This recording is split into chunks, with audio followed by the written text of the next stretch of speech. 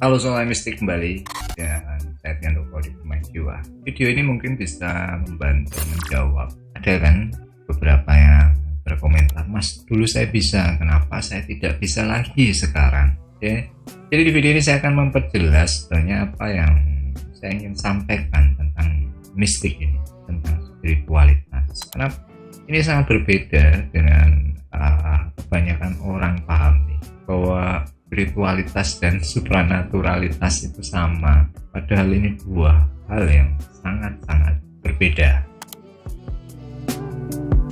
Oke, jadi begini, rumus sederhana. Semakin kamu menyelam tentang spiritualitas, maka kamu akan semakin tidak tertarik dengan supranaturalitas. Tapi sebaliknya, jika kamu tertarik lebih pada supranaturalitas, kamu menjauh dari esensi spiritualitas itu sendiri. Jadi ini dua hal yang berbeda antara ego dan spirit. Supranaturalitas itu memperbesar ego, merasa bahwa kamu bisa memiliki ilmu itu. Spiritualitas sebaliknya, bahwa kamu bukan pemilik ilmu itu. Kamu hanya menjadi saluran kekuatan dari si pemilik atau Tuhan itu sendiri. Tapi dalam prosesnya, keduanya ini tidak terpisahkan. Dengan mengalami berbagai fenomena yang sifatnya supranatural, sebetulnya ini jalan kamu memahami dimensi tanpa batas atau spiritualitas itu sendiri. Jadi dalam kasus, jika kamu dulu bisa atau pernah mengalami kok sekarang tidak bisa diulang, ini sekaligus mempertegas bahwa kamu hanya menjadi saluran dari spirit yang satu-satunya. Oke? Jadi orientasi akhirnya dengan berbagai fenomena itu adalah mengalami sendiri kekuatan ketuhanan itu. Oke. Jadi ini hanya sarana, bukan tujuan dalam berspiritualitas. Tapi keduanya selalu berdampingan. Jadi ketika saya misalnya membuka pelatihan seperti proyeksi astral, banyak yang bertanya, dijamin bisa Mas? Dan selalu jawaban saya tidak berikan jaminan, karena dari situ filter saya dulu. Kamu ingin tahu tentang ketuhanan, spiritualitas, atau kamu tertarik supranaturalitas? Dan ini sebetulnya analogi yang sederhana seperti kamu sekolah. Kalau kamu sekolah pun tidak ada jaminan kamu pinter. Demikian pula belajar tentang spiritualitas seperti itu.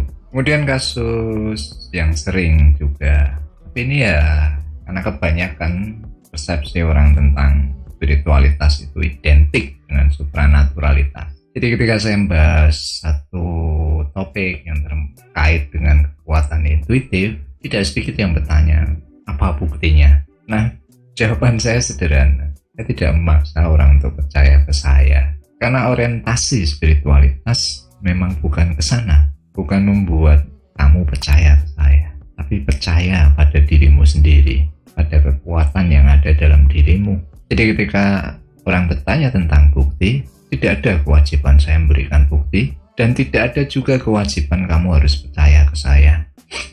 Nah, ini kan hal yang mungkin bertentangan dengan kebanyakan pemikiran orang.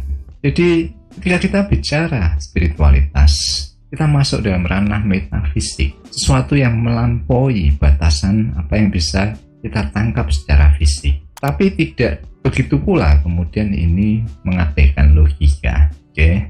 Jadi ketika orang mau melakukan sesuatu, biasanya mereka memang butuh bukti. Sesuatu yang bisa dibuktikan artinya sudah tervalidasi. Ini ranah fisik. Dan kalau kalian sepakat Tuhan itu tanpa batas, artinya ini sudah pasti melampaui apa yang bisa divalidasi. Karena fungsi dari kecerdasan manusia sebetulnya hanya untuk menguraikan, mencari alasan yang bisa akhirnya menjadi keilmuan bersama.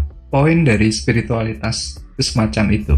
Oke, lalu saya ingin mengatakan bahwa proses belajar meditasi mistik memang sangat berbeda. Jadi ketika kebanyakan orang fokus pada aktivitas meditasinya, meditasi mistik itu sendiri kekuatannya atau kuncinya justru yang saya katakan fase di luar meditasi. Jadi beberapa banyak juga yang sempat berkomentar atau mengatakan ke saya sendiri, masa sih Mas perlu di jurnal? Beberapa juga berkomentar, baru ini saya belajar meditasi, kemudian harus di jurnal. Ya, jadi kuncinya ada di jurnal. Kenapa di jurnal? Jadi di momen saat kamu bermeditasi, di 3 fase meditasi mistik itu, kamu harus benar-benar lepas, bebas dari semua rangka logika. Coba mengalir untuk mendengar intuisi. Dan kenapa jurnal menjadi kunci? Karena kamu mencatat sendiri pengalamanmu, kemudian kamu mengevaluasi dan memilih sendiri mana yang kamu percaya dan tidak percaya. Nah, disitulah sebetulnya kita belajar tentang kesadaran. Jadi orang yang sadar, dia memilih dari dirinya sendiri, punya alasan untuk pilihan itu. Jadi pada satu waktu itu bekerja atau tidak bekerja, dia belajar dari itu. Oke. Makanya beberapa yang mungkin sudah beberapa lama akhirnya menemukan sendiri di jurnalnya, mereka baru bisa memahami. Jadi kebanyakan kan ada rasa bingung, ada rasa kagum, kemudian bertanya-tanya, kok bisa ya mas seperti ini? Jadi ini yang ingin saya sampaikan, saya bukan guru kalian. Jadi ketika orang mengalami dari jurnalnya sendiri, ada satu kekuatan yang dia tidak bisa kendalikan, tapi itu bekerja atau nyata. Saya balik bertanya, lalu siapa yang membuatmu bisa melakukan itu kalau kamu tidak bisa mengulang? Dan kamu belajar dari pengalamanmu sendiri, bukan dari saya. Jadi siapa gurumu? Siapa yang membuat kamu bisa melakukan itu? Jadi ini yang ingin saya katakan tentang belajar dari dalam diri, ya kan? Untuk menemukan guru yang sejati, guru yang tidak tergantikan oleh siapapun, karena yang membuat kamu bisa adalah olah pikir daya ciptamu sendiri. Dan pada akhirnya, ini yang saya bisa pahami tentang proses mistik dari tradisi yang sudah puluhan ribu tahun yang lalu.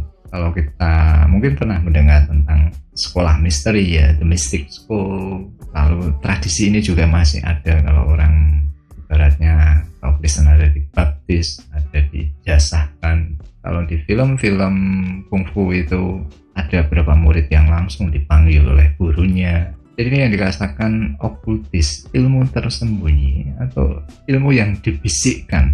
Siapa yang membisikkan? Ya kesadaranmu itu sendiri. Jadi mistik itu adalah ilmu tanpa penjelasan. Dia akan muncul begitu saja dari dalam dirimu. Itu sebabnya ada pepatah, yang benar-benar tahu tidak bisa menjelaskan.